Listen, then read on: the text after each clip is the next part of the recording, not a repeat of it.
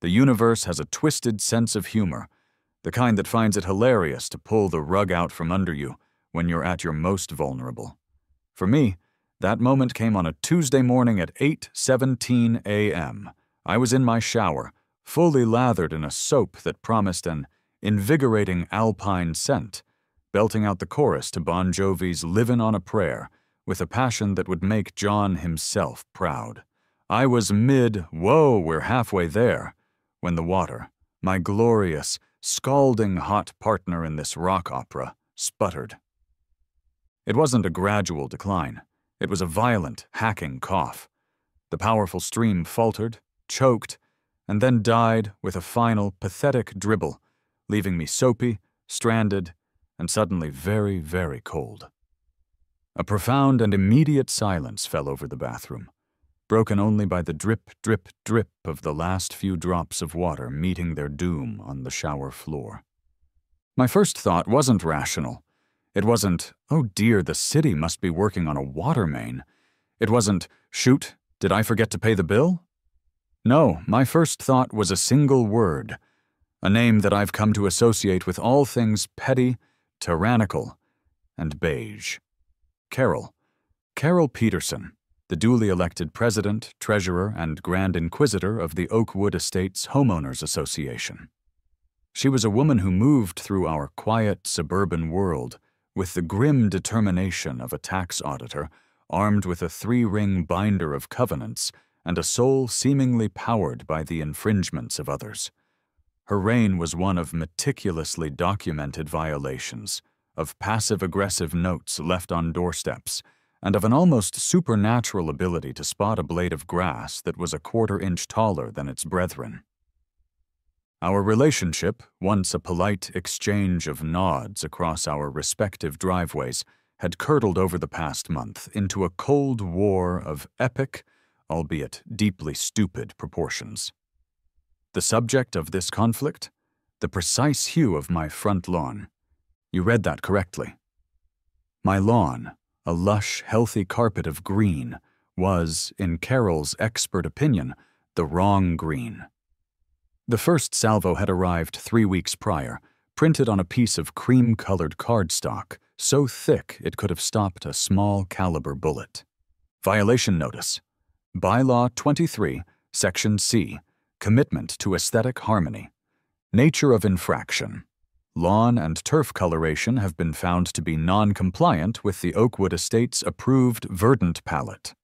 Current lawn presents as vibrant summer emerald, a shade deemed excessively cheerful and inconsistent with community standards. Approved shade, subtle meadow Kelly. See attached swatch for reference. Remedy required. Homeowner must take immediate action to resod, chemically treat, or otherwise adjust lawn pigmentation to achieve compliance. You have 14 days to rectify this violation. Attached was a 2x 2-inch square of color that I could only describe as the color of despair. It was the green of a hospital waiting room, the green of canned peas, the green of a business that was about to go bankrupt. It was, without a doubt, the ugliest shade of green I had ever seen. I'd laughed, genuinely laughed, thinking it was a high-effort prank from my buddy Dave, a man who once filled my car with packing peanuts.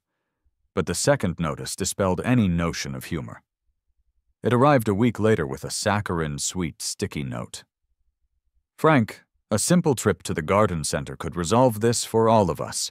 Let's be good neighbors. Carol." The third and final warning, which appeared on my doorstep just last week, came with another, larger swatch and a highlighted copy of the relevant bylaw, as if I were a particularly dense child. I, of course, had taken the only logical course of action. Nothing. I mowed my offensively vibrant lawn, watered it, and continued to live my life. I figured she'd fine me $20, I'd refuse to pay, and we'd engage in a multi-year war of angry letters. I had catastrophically underestimated her. I had failed to comprehend the terrifying depths of her petty resolve.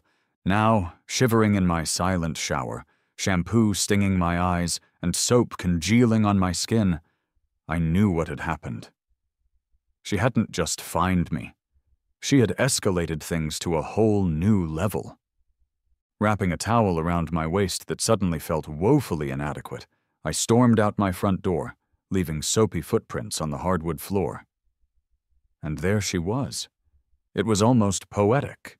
Dressed in a powder blue tracksuit that perfectly complemented her steely gray hair, Carol was on her knees, not praying, but meticulously measuring the height of her petunias with a small metal ruler. She looked up as I approached, her face a carefully constructed mask of surprise. "Frank," she said, her voice as crisp as a freshly printed violation notice. "Is everything all right? You're dripping." "There's no water, Carol," I said, my voice a low growl. "Fancy that. Any idea what could have possibly happened?" She stood up, brushing a non-existent speck of dirt from her knee. A tiny, triumphant smile played on her lips as she held up a small, T-shaped metal key. It glinted in the morning sun, a tiny scepter for her suburban kingdom. "Bylaw 17, Section 4B, she recited, the words flowing from her with the smooth ease of a catechism. "Failure to remedy documented aesthetic infractions after 3 written warnings permits the board, of which I am the sole active member, to, shall we say, incentivize compliance through the temporary suspension of municipal services." My jaw dropped. The city had installed private shut-off valves for each house years ago during some long-forgotten plumbing upgrade. They were meant for emergency use by utility workers.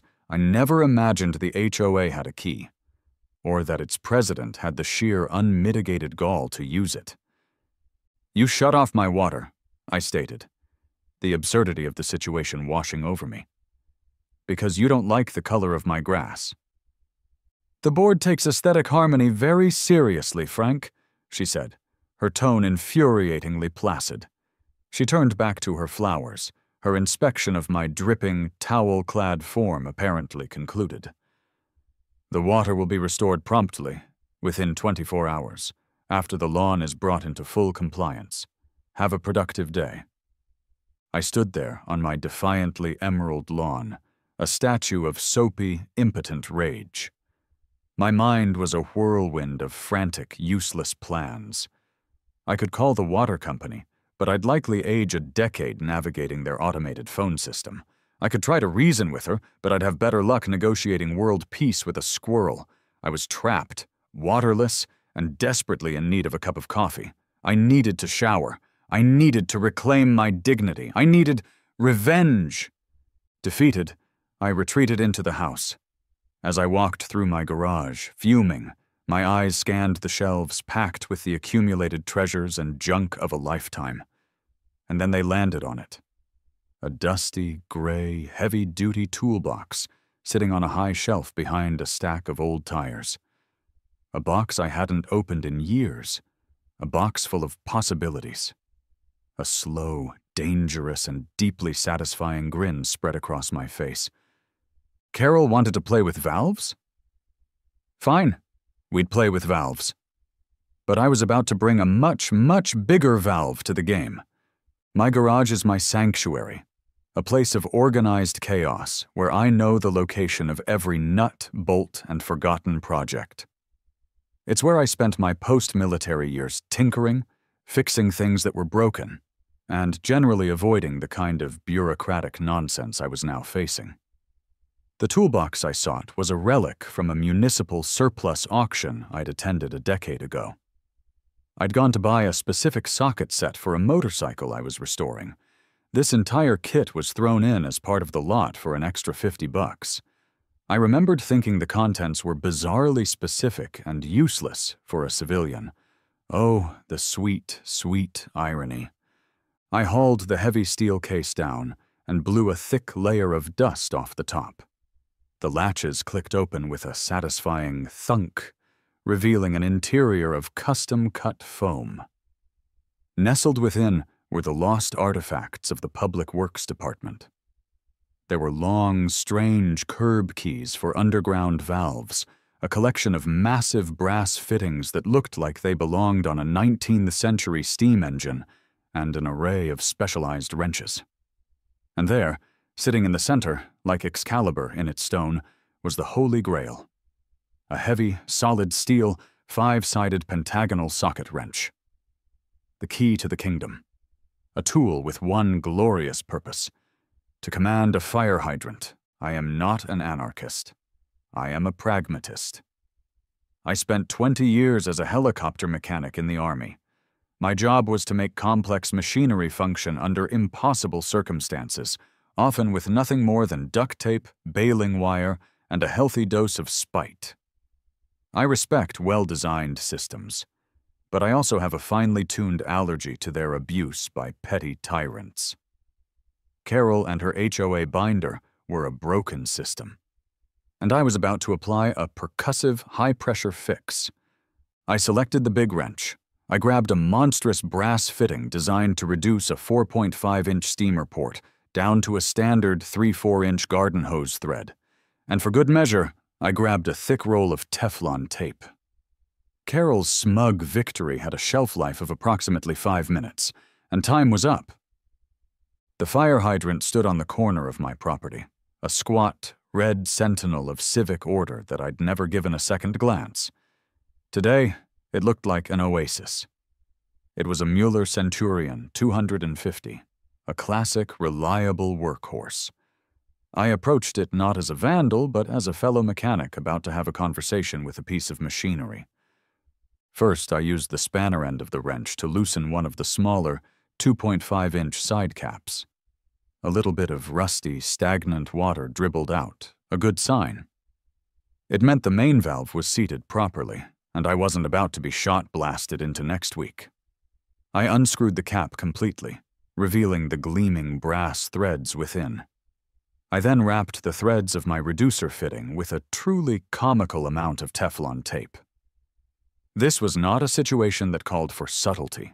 It fit perfectly. With the reducer in place, I connected 3 heavy-duty garden hoses end to end, creating a long green serpent that snaked from the hydrant to the outdoor spigot on the side of my house.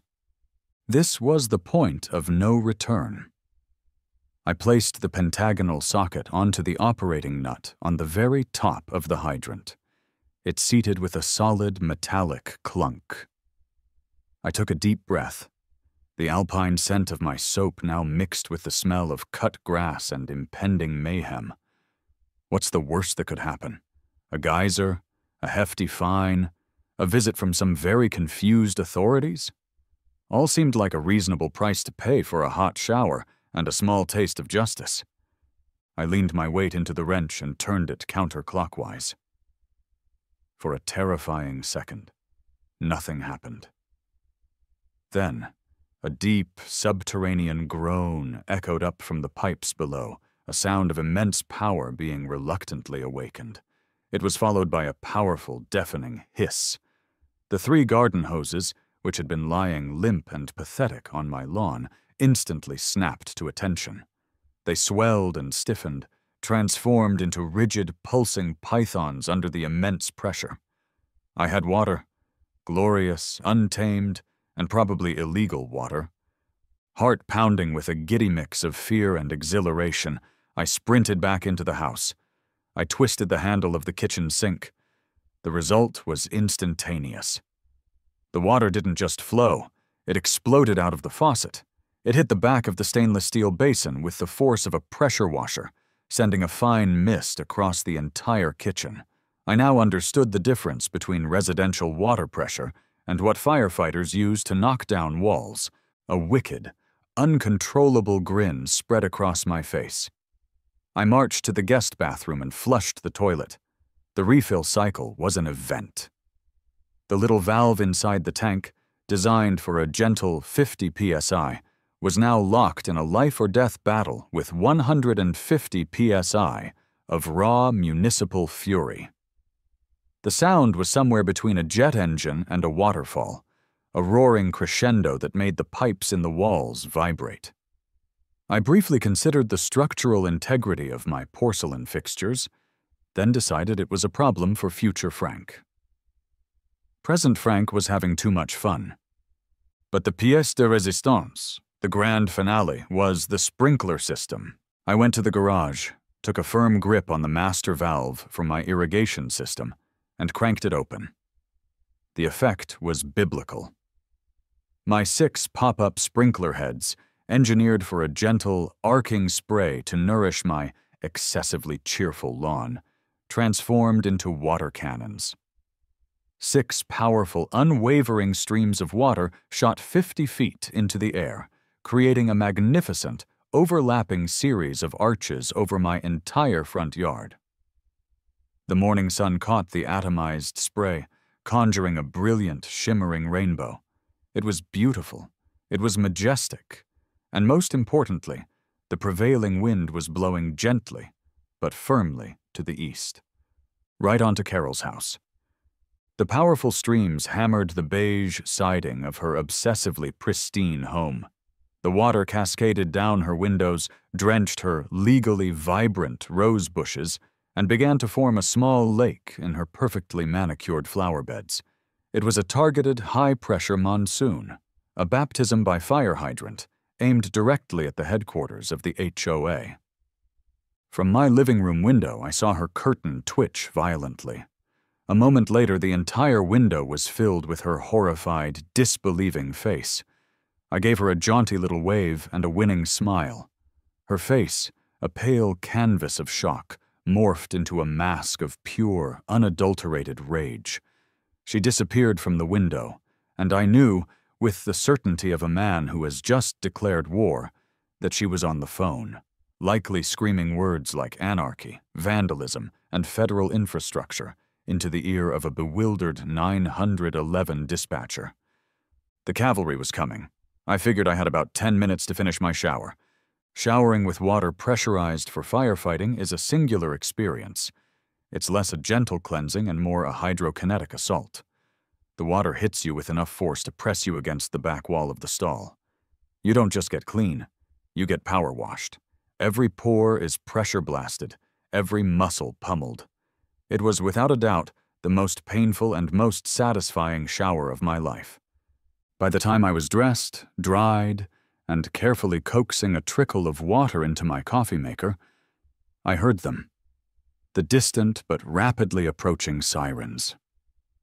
I poured my coffee, walked out onto my front porch like a king surveying his domain, and settled into my favorite rocking chair to enjoy the show. The magnificent 6-geyser fountain on my lawn was still going full blast. Across the street, Carol was standing on her own porch, arms crossed, her entire body vibrating with an impotent fury. A police cruiser, lights painting the neighborhood in staccato flashes of red and blue, slid to a stop at the curb. 2 officers emerged. The first, Sergeant Miller, was a man whose mustache seemed to carry the weight of every bad decision he'd ever witnessed. He moved with the weary resignation of a man who had seen it all and was profoundly disappointed by most of it. His partner, Officer Davies, was his polar opposite, young, crisp, with an eager-to-enforce-the-rules look on his face. He was holding a notepad like it was a holy text. Miller's eyes took in the entire, surreal tableau. Me, sipping coffee peacefully. Carol, radiating rage across the street. And the 6 massive, churning streams of water that were currently giving her house a very thorough and very unwanted bath. He let out a sigh, a deep, profound exhalation that seemed to carry the weight of all the suburban idiocy in the world. "Morning," he said, his voice as dry as unbuttered toast. He didn't look at Carol. He looked directly at me. "Gonna go out on a limb here and guess this aquatic spectacle has something to do with you?" "Morning, Sergeant," I replied cheerfully, taking a slow sip of coffee. "Beautiful day for it, isn't it?" "For what, exactly?" Officer Davies interjected, his pen poised. "Theft of municipal services?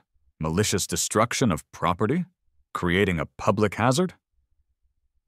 Is it a hazard? I asked with my most innocent expression. Looks to me like I'm just watering my lawn. Very, very thoroughly. Can't be too careful in this summer heat. Just then, Carol, unable to contain herself a moment longer, marched across her now soggy lawn, her sneakers squelching with every furious step. He's a menace, an absolute menace. He has illegally tapped into a fire hydrant. He is flooding my property with intent. I want him arrested. Miller held up a calming hand, a gesture that had clearly been honed by years of dealing with people like Carol. Ma'am, please, let me handle this. Sir, he said, his attention returning to me. Care to explain why your sprinkler system appears to be possessed by the vengeful spirit of Old Faithful? And so, I explained, with the calm deliberation of a man laying out an ironclad legal case, I told them everything. I told them about the lawn, the vibrant summer emerald versus the subtle meadow Kelly. I walked into the house and retrieved the violation notice, presenting it to them with the gravity it deserved. I pointed out the sad little cabbage green color swatch. I recounted my conversation with Carol, her smug recitation of the bylaws, her triumphant brandishing of the valve key. As I spoke, a remarkable transformation occurred on Sergeant Miller's face. The weary resignation began to melt away, replaced by a flicker of something that looked suspiciously like delight. His magnificent mustache twitched, fighting a losing battle against a smile. Officer Davies, meanwhile, just looked confused, flipping through his mental catalog of statutes and finding nothing that quite fit the sheer, unadulterated pettiness of the situation. Hold on.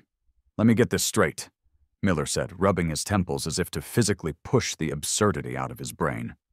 She turned off your water supply because she doesn't like the color of your grass. That is the long and the short of it, Sergeant, I confirmed.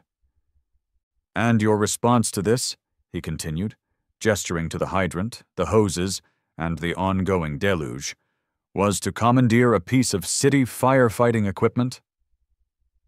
Improvise, adapt, overcome, I said with a solemn shrug. It's the mechanic's creed. Felt like the American way. It's against the law, Carol shrieked, her voice cracking. He is stealing thousands of gallons of water. Well, is he? Miller mused, turning his gaze to his young partner. Davies, what's the statute on reclaiming taxes in liquid form? Technically, he pays for the water system. It's his water. He's just accessing it via an unconventional and admittedly dramatic portal. He turned back to Carol, his tone hardening slightly. Ma'am, did you, in fact, shut off this man's water supply using a non-standard procedure? Carol drew herself up to her full, unimpressive height. I acted in full accordance with the powers granted to me by the HOA bylaws. The HOA is not the law, ma'am, Miller said, his patience finally fraying at the edges. This is a residential neighborhood, not a feudal kingdom. What you did could very well be considered vandalism or even unlawful eviction, depending on how a judge looks at it. You can't just cut off someone's essential services over a landscaping dispute. Davies, ever the voice of procedure, finally found his footing. Sir, regardless of the precipitating circumstances, you can't leave this connected. It is a public safety asset. What if there's a fire down the street? He was right. It was the one undeniable flaw in my otherwise perfect act of rebellion. He's right, son, Miller said, his voice shifting from amused mediator back to official police officer. I can appreciate the creativity. I really can. But this has to stop. Disconnect the hose. We're going to have a long, serious talk with Mrs. President here about the appropriate use of HOA authority. For now, we'll consider this a verbal warning. I knew I'd pushed my luck as far as it would go. All right, Sergeant. You got it. As I walked toward the hydrant to perform the sad task of shutting down my magnificent fountain, I could hear Miller speaking to Carol in a low, firm voice that brooked no argument. "Let me be perfectly clear. If we get called back to this address again because you've decided to play plumber, I will be talking to the district attorney about filing charges. Do you understand me?" I put the wrench on the operating nut and turned it clockwise. The mighty roar of the hydrant died with a sad, gurgling groan. The 6 geysers on my lawn faltered, drooped, and disappeared. The great flood was over. The silence felt like defeat. But just as I was coiling my hoses, I heard another siren. This one was different. It was deeper, more resonant, a full-throated baritone to the police siren's nervous tenor. Around the corner, moving with an unhurried sense of absolute authority, came a massive, gleaming red fire engine. It rolled to a stop right behind the squad car, its chrome glittering, its air brakes hissing like an angry dragon. The door of the cab opened, and out stepped a man who looked like he was born to be a fire chief. He was tall, broad-shouldered, with a magnificent silver mustache that made Sergeant Miller's look like a first draft. His name tag read Evans. He was not amused. His gaze swept over the scene, landing on the hydrant, my coiled hoses, my reducer fitting still attached. And finally, on me. His eyes narrowed. "All right," Chief Evans boomed, his voice a force of nature that silenced all other noise. "Who's the genius?" Sergeant Miller stepped forward, looking suddenly less authoritative. "Chief, we were just handling it." "Handling it?" Evans cut him off, jabbing a thumb the size of a sausage at the hydrant. "That's a Mueller Centurion 250. It is a vital piece of public safety equipment, not a goddamn sprinkler for your petunias. Tampering with a hydrant is a serious federal offense. You can damage the water main, you can compromise the pressure for a 10-block radius. And if one of my guys shows up to a house fire and finds this Rube Goldberg nonsense hooked up, people could die. So I will ask again, who is the genius?" Every eye on the street, Miller's, Davies's, Carroll's, swiveled to me. I raised a hand meekly, like a kid in the back of the class who knows he's in for it. "That would be me, Chief." He strode over, his presence so commanding I had to fight the urge to stand at attention. He didn't yell. He was worse. He was calm. He knelt, his knees barely creaking, and inspected my handiwork.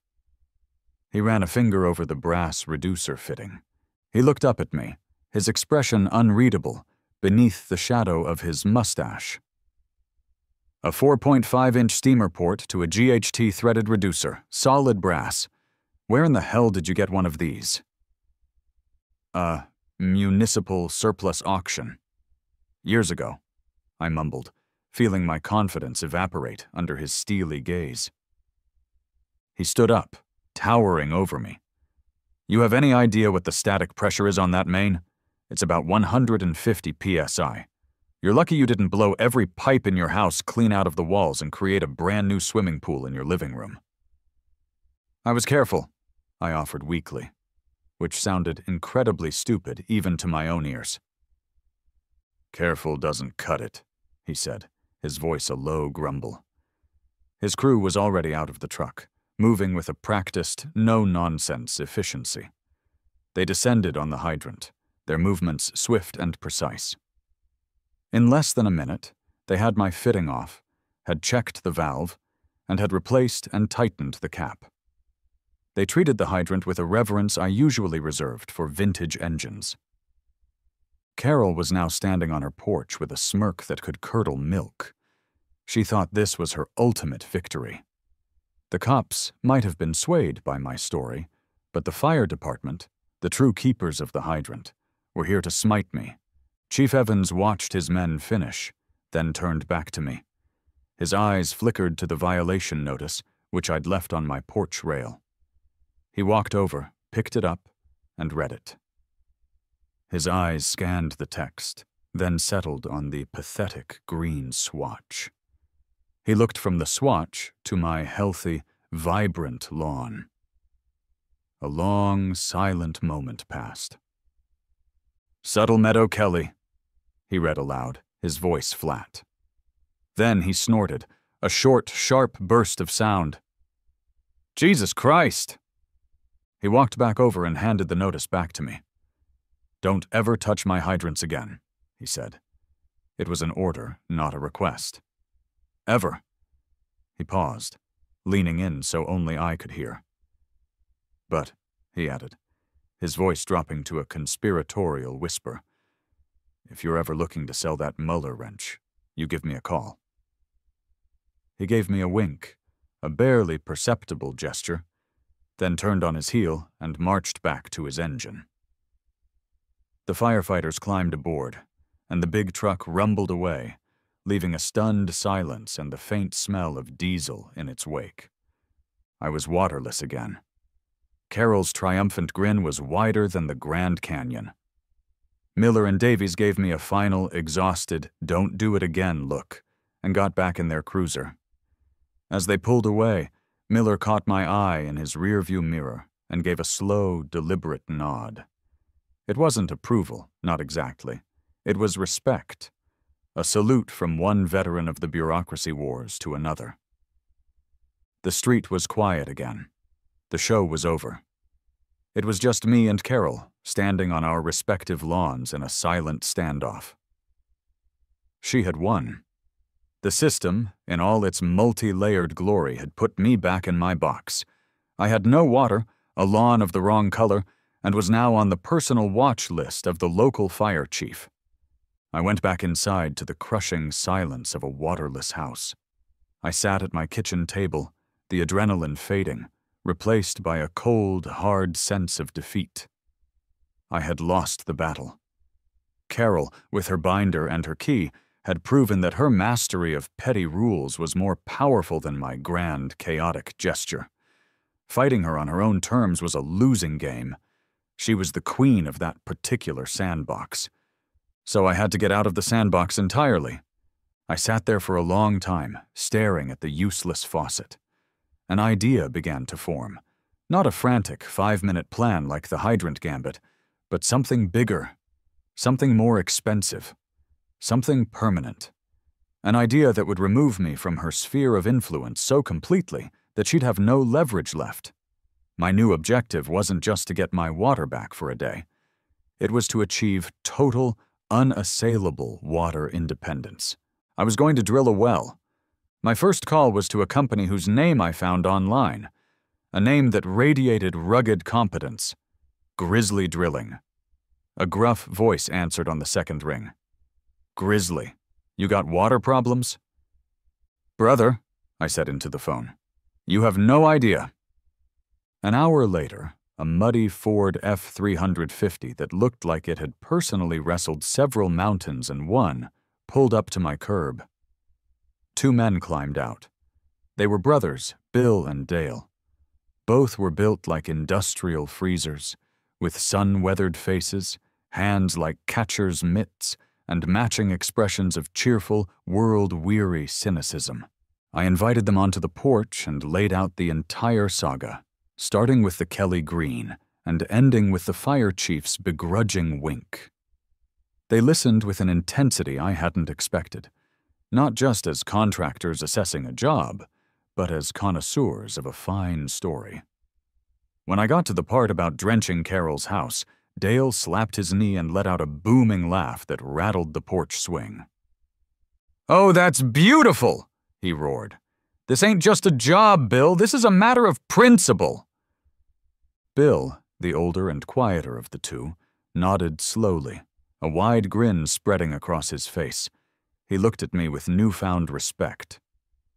"Son," he said, his voice a low rumble, "we are going to get you the wettest, most non-compliant water you've ever tasted. This lady wants to play hardball. We're going to play bedrock." The first order of business was a deep dive into the HOA covenants. I spent that evening with the binder, a highlighter, and a bottle of bourbon searching for the loophole I desperately needed. The book was a 200-page masterpiece of suburban minutia. There were bylaws governing fence heights, mailbox designs, the number of pets you could own, the acceptable colors for front doors, and even the type of gravel permitted in driveways. But as I scanned the document, first written in 1978, I found a glaring, beautiful omission. In their totalitarian rush to regulate every conceivable aesthetic choice, the original authors had completely neglected to mention one thing: wells. There was not a single word about drilling, aquifers, or private water sources. It was a legal ghost. It was my way out. The next morning, I was at the county clerk's office. The woman behind the counter, a kindly lady named Marge with spectacular cat-eye glasses, gave me a funny look when I filed the paperwork. "A residential well in Oakwood Estates? Honey, we haven't had one of those in 30 years. "I'm bringing it back in style, Marge," I said with a smile. When Bill and Dale returned a few days later with their surveying equipment, I had a folder thick with approved county permits. They walked the property, using a combination of old-school witching sticks, which Dale, a man of science, swore by, and a fancy ground-penetrating radar unit. After 20 minutes of walking in circles and studying a tablet screen, Bill called me over. "Well, Frank," he said, pointing to a spot on the ground, "here's the good news and the bad news. The good news is there's a hell of an aquifer under you. You'll have water for 1,000 years. The bad news—" He paused, a mischievous grin playing on his lips. "Is that the absolute best place to drill? The geological sweet spot is right there." He was pointing to the dead center of my front lawn, a spot that was, by some miracle of cosmic justice, directly and unavoidable in Carol's line of sight from her living room window. "Oh, no," I said, my voice dripping with mock despair as I looked at the spot. "What a terrible, unavoidable inconvenience." Dale clapped me on the back hard enough to realign my spine. "A real shame, ain't it?" The day the rig arrived was a day that will live in Oakwood Estates' infamy. It was a massive, yellow, tracked vehicle that looked like a praying mantis from a sci-fi movie. It crawled onto my property, its steel tracks chewing up my non-compliant emerald turf, and positioned itself right on the sacred spot. The noise was deafening, a glorious, earth-shaking symphony of diesel engine and grinding metal. The process was a beautiful, muddy, chaotic mess. Bill, Dale, and their crew were masters of their craft, shouting over the roar, wrestling with greasy pipes and enormous drilling bits. Naturally, Carol's head appeared in her window, her face a perfect O of horror. Within minutes, the familiar sound of sirens cut through the air. Miller and Davies rolled up again. This time, Miller didn't even bother getting out of the car right away. He just sat there, watching the colossal drilling rig bore into my lawn, and started laughing.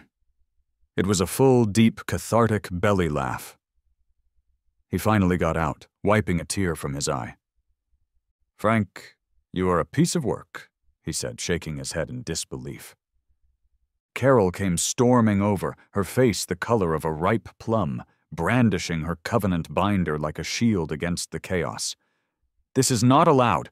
This is an industrial site. It's a violation of the Tranquility Clause, my property values." Miller calmly took the stack of official county permits I handed him and showed them to her.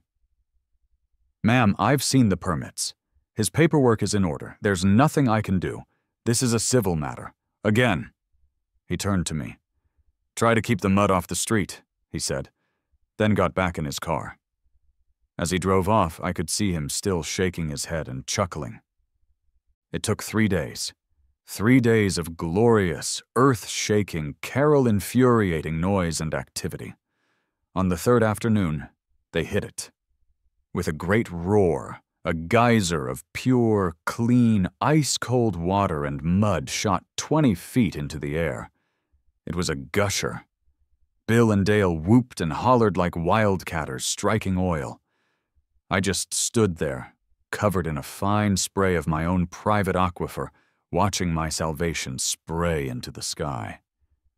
The next week was for the finishing touches. A trench was dug, a line was run to the house, and a state-of-the-art pump, pressure tank, and filtration system were installed in my garage. When they were done, the rig was gone, the trench was filled, and the only visible evidence on the lawn was a neat, green, circular well cap, perfectly flush with the grass. The final step was the most satisfying of all. With Bill and Dale as my official witnesses, I crawled under my house, found the main water line coming in from the street, and took a copper pipe cutter to it. With a final, satisfying snip, I severed my connection to the city, to the grid, and to Carol's sphere of influence. I sealed the city side with a permanent cap. I was officially off-grid. That evening, I was out front, adjusting my sprinklers, which were now fed by my own silent, private water supply. The pressure was perfect. The water was crisp and clean. As if on cue, Carol marched across the lawn towards me, her face a thundercloud of frustration. "What do you think you've accomplished?" she hissed, her voice trembling with rage. "You've ruined the neighborhood's tranquility, you've scarred your lawn, and for what?" I didn't say a word. I simply turned, walked into my house, and filled a tall, cold glass with crystal-clear water from my own kitchen tap. I walked back out and held it up to the evening light, the ice cubes clinking gently. "Thirsty, Carol?" I asked. The look on her face was worth every single penny. It was a masterpiece of sputtering, impotent fury. She was speechless, defeated. Her key, her binder, her rules, they were all meaningless now. She couldn't touch me. She opened her mouth, then closed it, turned on her heel, and retreated back to her castle of beige siding and broken dreams. A week later, I installed a small, professionally made sign next to my driveway. It was tasteful, elegant, and made of carved cedar. It read, "The Frank Residence. Proudly. Water independent since 2025. My lawn is still a vibrant, defiant, and gloriously non-compliant emerald green. I water it whenever I want, for as long as I want, with the pure, silent satisfaction of knowing that every single drop is my own. The war is over. I have won. And let me tell you, victory tastes sweet and very, very wet."